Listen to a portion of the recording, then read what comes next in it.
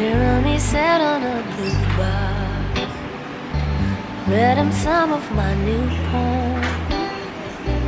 Delilah snapped the shutter on a new camera. We were frozen. Naglinis-linis ako dito sa aming mga cabinet. And then yung ano na lang, mga pintuan, yung bathroom. Pero dito lang sa kwarto namin, yung sa kabila kasi ginagamit nila. So yung sa amin lang yung nilinis ko. Nagpapawis talaga ako. Kasi maglalaba. Kasi sobrang konti lang pala ng mga dala kong t-shirt. So kung hindi ako maglalaba, like 2 or 3 days, wala na talaga akong masusuot. Ewan ko ba, 3 maleta yung dala ko. 2 malalaki, tapos isang hand carry. Pero yung aking t-shirts, pambahay at panlakad na, sobrang konti lang. Siguro 5 or 6 na piraso lang. Yung kay Mishka, sobrang handang-handa ako. Pero yung sa akin, sobrang konti lang talaga ng bit-bit ko. Kay Mishka, marami siyang pampalit, pambahay, panlakad, tapos yung mga dresses niya, diba? Sobrang dami ng binitbit ko. Pero yung sa akin, tingnan niyo naman, ito lang yung mga t-shirt ko, pantulog, tapos itong mga pants. Mas madami pa nga yung pants ko na binitbit kumpara sa aking mga t-shirt. Iniisip ko kasi na itong mga kurta ko, ipapa-alter ko siya, tapos ito na lang yung gagamitin kong pambahay. Pero hindi pala siya pwedeng gamitin pambahay kasi 3/4 itong mga kurta na to. And hindi pwede dahil mainit. Yan, 3/4 yan. Akala ko ito magagamit ko pambahay dito. Wala. Ito lang yung aking dala, guys. Tapos 2 sari lang yung aking bit-bit. Kaya kailangan ko talagang maglaba. Every time na naliligo kami ni Mishka, naglalaba-laba na ako. Hindi ko na hinihintay talaga na mag-washing machine pa kasi kailangan ko maghintay ng 3 or 4 na araw para madami yung kailangan kong labhan. Kasi pag hihintayin ko pa yun, wala na akong masusuot. So yung aking damit, ulit-ulit lang talaga. Kung ano yung sinuot namin ni Mishka, tapos maliligo kami, lalabhan ko na yon, sasampay ko, tapos pagkahapon, tuyo na siya. So the next day, pwede ko naman siyang ulitin. So yan, maglalaba muna ako and then maliligo. Si Mishka tapos na yung maligo. And then after ko maglaba, kakain na lang kami ng lunch. Oh, go. Gigising lang ng bata. Say, go na. Anybody is there outside? Want? Okay, let's go.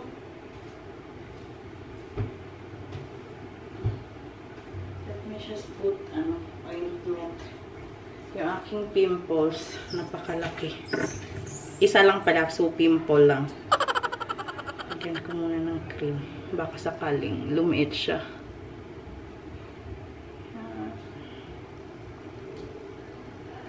Dito isa. Okay.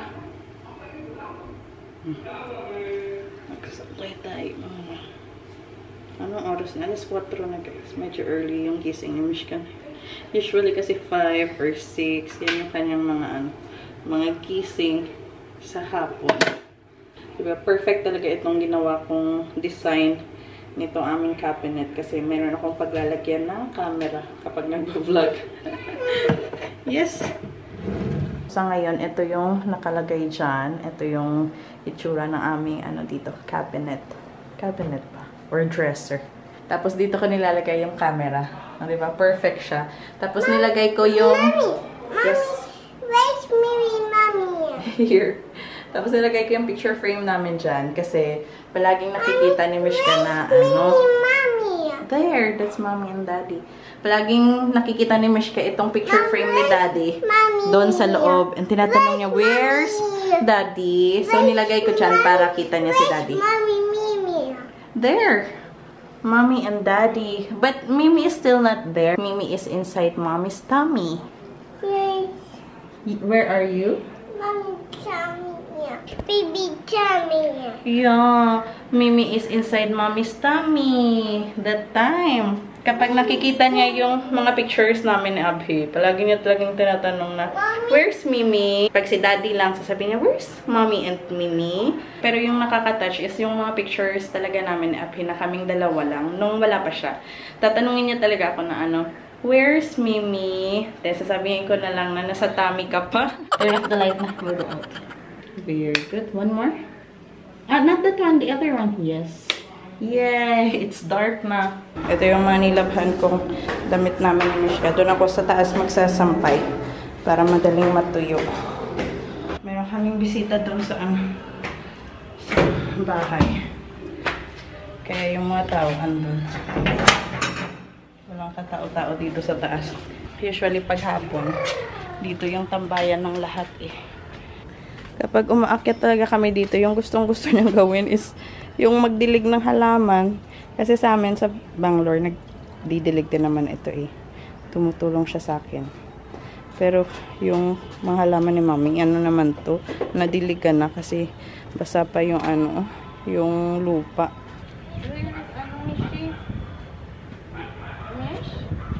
The dog is calling you.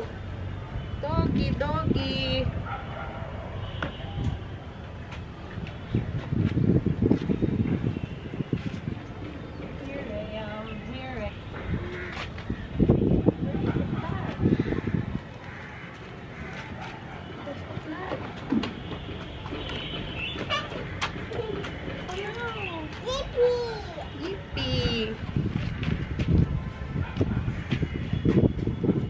Kumuha ako dun sa taas ng money plant, guys. So, then pinakita ko kay Mami.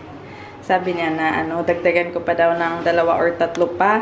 Yung lagayan ko, bote to ng, mango juice.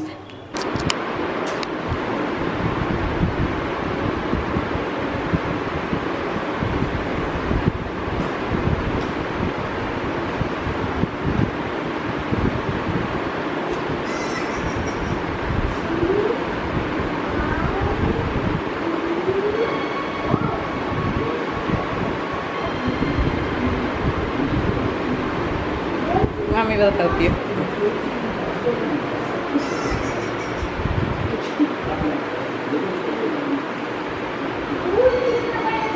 Lalabas na naman kami, guys, para everyday ata nasa tindahan kami. Kasi sobrang lapit lang namin talaga sa main road.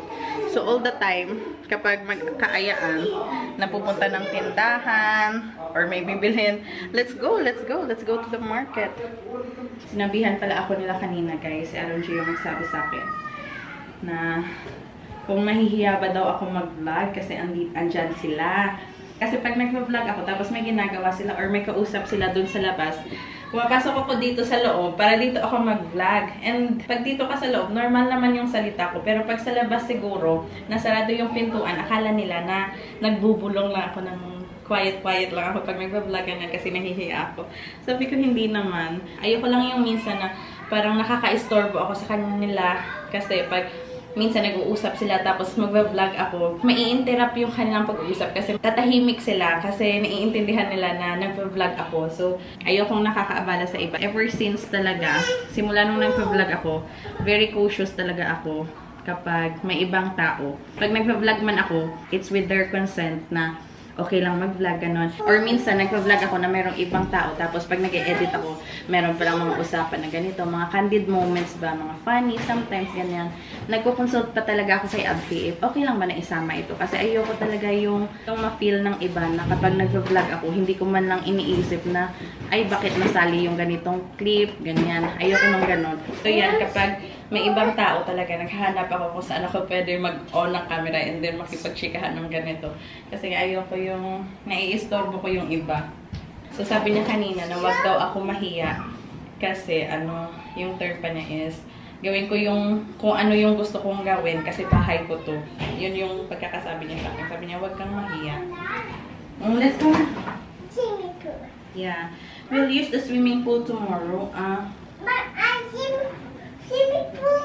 Okay, you wanna swim in the swimming pool? Here. Wow, what is that? Tinatago ko to eh.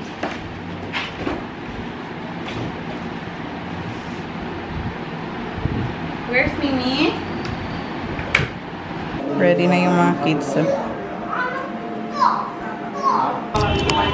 Dito kami sa bilihan ng silver. Kailangan ni Honey bumili ng silver na bracelet para sa mga bago niyang pamangkin. Yung sa kapatid ni Arunji na nanganak na kambal.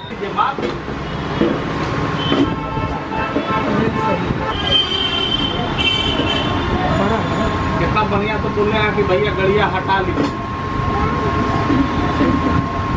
अरे तुम अपना सुविधा देखो, हमारा तो डेली का काम है, डेली खाना वही है।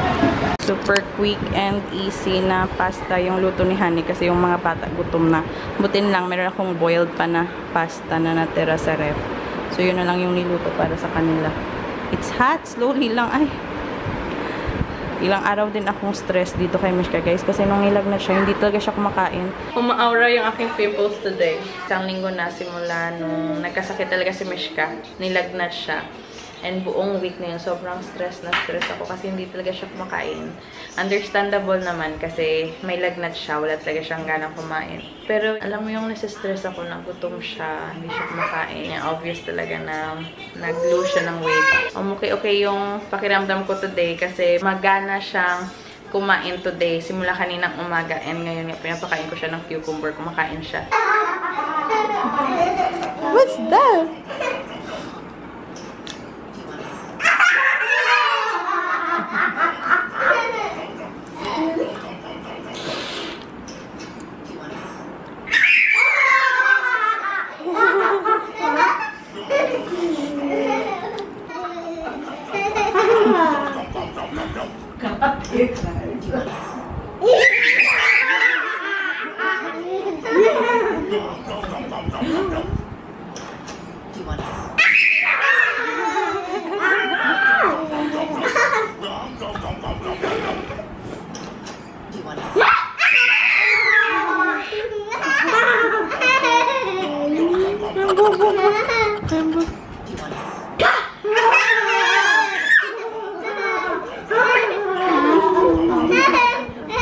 Oh, wala na. Enough na.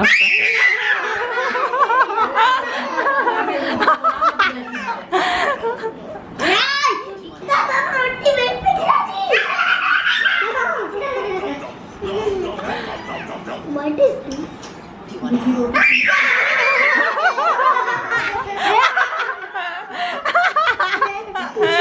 Ulit-ulit lang naman.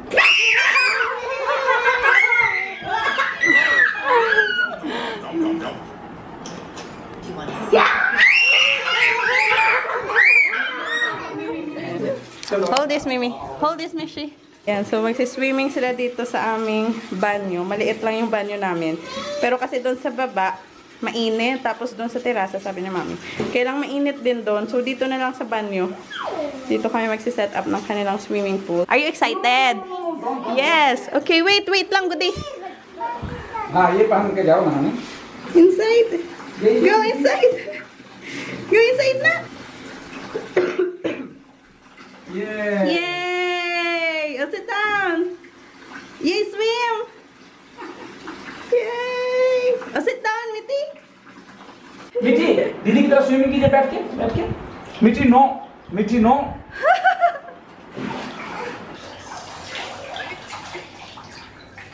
Wow, Daddy is having try. No jumping lang, Mishi, please. Sit down, please.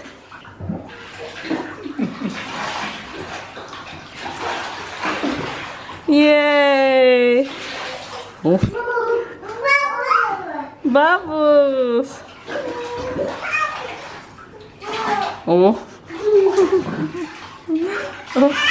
Tell Miti, stop, Miti. Please, Miti, stop. Okay. Hindi ko lang muna niligpit yung swimming pool. Andyan pa din yan. Kasi pag darating yung isang pinsan, maliligo din yun. Pa-experience natin sa kanya yung maligo sa pool. And then sigurado ako na pag naligo yung pinsan, yung dalawang babae, maliligo din naman ito ulit. So, let them enjoy muna yung first time nila na makapaligo sa pool. And mabuti na lang talaga kumasya siya sa aming sa aming banyo. Maliit na banyo. Pero kasya naman yung aming pool. Siguro ito yung pinaka-the best na summer experience na mabibigay namin sa mga kids kasi sobrang init talaga. Wow.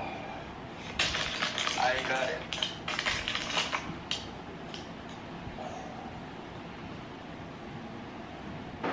Very good, miss. Bumalik na talaga yung gana niya sa pagkain. Thank God. What about your sitaw? Your sitaw also, love?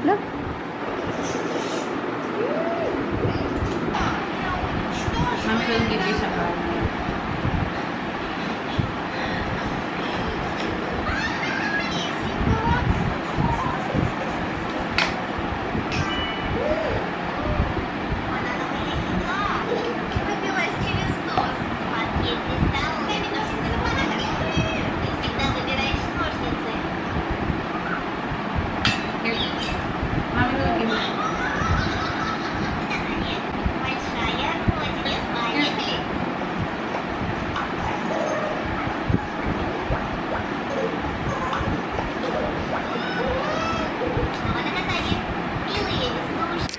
Swim ulit ah.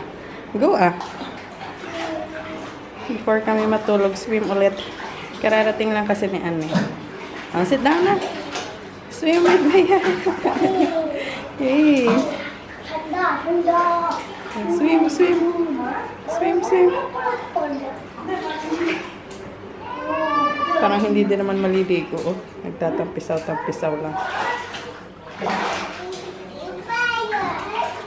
Isaw, bagong gising. Okay, go. Hindi ka mo. Kami pas dyan na.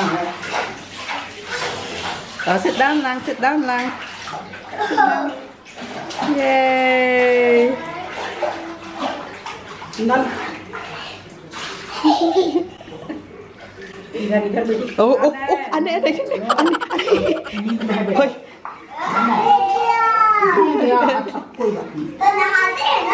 Kuibat. Pagkatapos lang mag-swimming, ito naman laruan. Ang cute nito kasi mayroong kasamang microphone. P-U-R-S-T-U-V.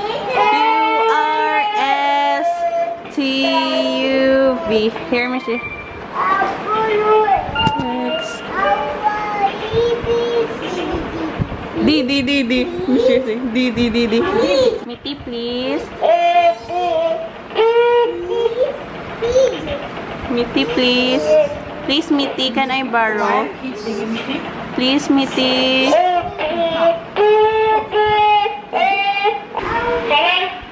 Mimi will do the piano and Anibay will sing.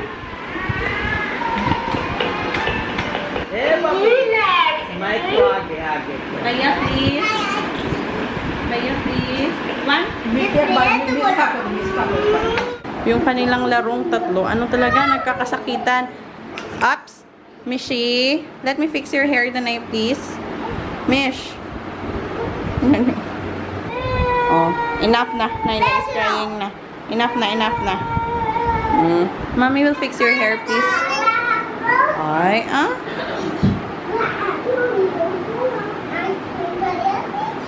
I play Baya and Mitty daw. Aalis kami. Kasi pupunta kami doon sa kapatid ni Arunji. Kasi ika-12 days ng ng kanyang mga twins. Give me. Hold on. Good job, Prince. And perfume. Come here. Perfume. Where's your shoes? Let's go. I let me fix your hair. Anna, it's so hot. Show them your dress. Ito na yung dress na tinahi ni Daddy sa kanya.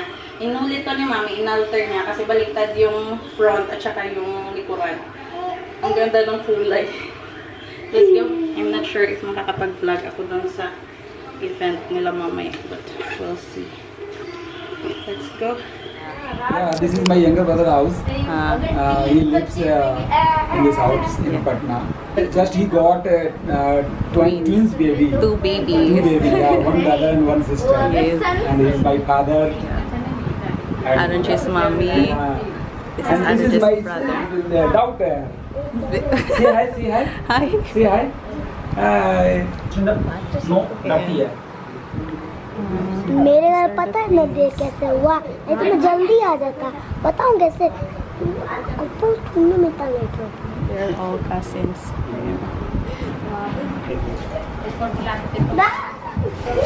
Gusto niya palaging naglalaro sa mga boys. Tingnan nyo. Sumisipad din siya like the boys. Ay! What's the difference? Why for the boy, the black is here and then girl is at the center? Why? We just put on Tika. Tika pala yung tawag. So cute.